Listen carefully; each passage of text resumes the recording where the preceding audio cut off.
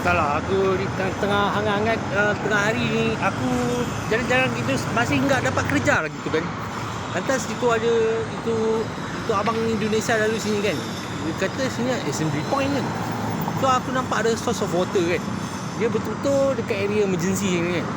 Aku pun enggak tahu lah ni water apa kan. Pusing sini ada air kan. Jadi macam bagus banget air ni kan. Aku pun tengah haus ni.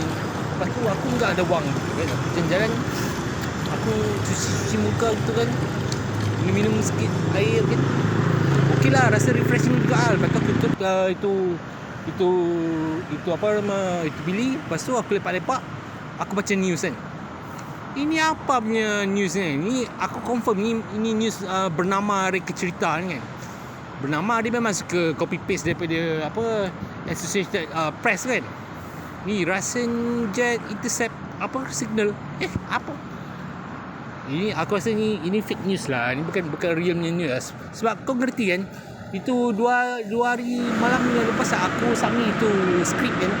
Itu kajian apa Tower Cell ID sekitar sini kan. Kepada Russian International Space punya research center gitu kan. Through email. Tapi enggak ada respon. Suddenly keluar news satu hari lepas tiba-tiba ada drama pula kan. Ada perang gitu kan. Tak tahulah itu benar ke enggak benar ke, fake ke, false alarm ke, aku enggak tahulah kan.